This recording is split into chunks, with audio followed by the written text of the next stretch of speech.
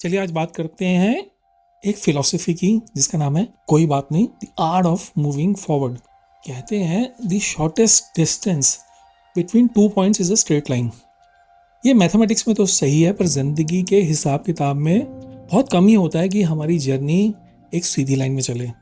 एक गाना है ना, ये जीवन है, इस जीवन का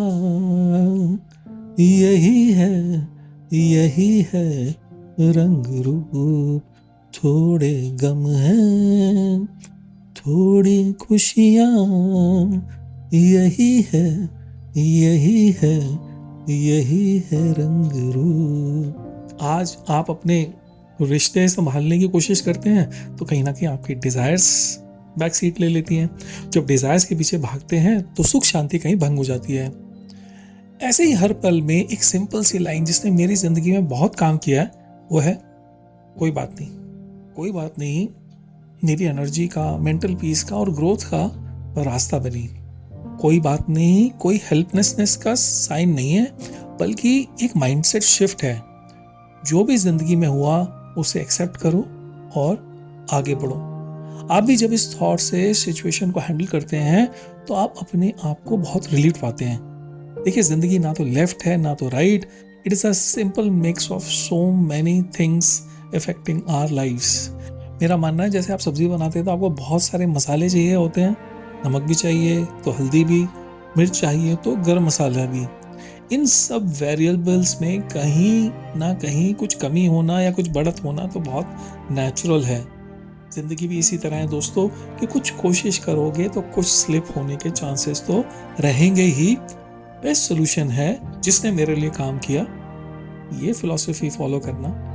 कोई बात नहीं। जब भी मैंने कोई बात नहीं को फॉलो किया तो उस फिलॉसफी के साथ मैंने 2-3 रूल्स भी बनाए।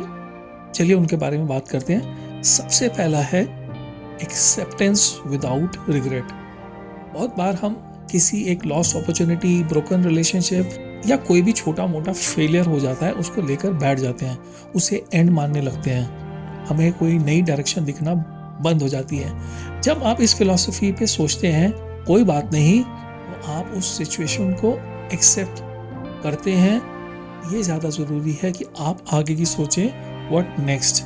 ये तो हो गया, कोई बात नहीं, बट व्हाट्स नेक्स्ट। और दूसरा रूल जो इसने मेरे लिए हमेशा काम किया वो था फ्रीडम फ्रॉम अननेसेसरी बैगेज। जब भी आप कोई बात नहीं कहते हैं तो आप उस सिचुएशन से लड़ना छोड़ देते हैं। ये एक्सेप्टेंस स्टेटस को, आपकी एनर्जी को जो नेगेटिव इश्यूज में लगनी थी उससे आपको बचा देती है और आपको अननेसेसरी बैगेज के बीच में से निकाल लेती है। सोचिए, आपकी कोई रिलेशनशिप में खटास आ गई है। आप उस रिलेशनशिप को बहुत इंपॉर्टेंस देते थे, पर अब आप सोचते हैं चलिए कोई बात नहीं, लेट्स मूव फॉरवर्ड। जब जैसे ही आप ये सोचना शुरू करते हैं, आप उस रिलेशनशिप के नेगेटिव थॉट से अपने आप को दूर रखना शुरू कर देते हैं। This will help you come out of the situation beautifully. तीसरी चीज़ जिसने इस फिलॉसफी के साथ काम किया वो था ग्रोथ माइंडसेट। सोचिए, एक बच्चा साइकिल चलाना सीख रहा है, वो गिर जाता है।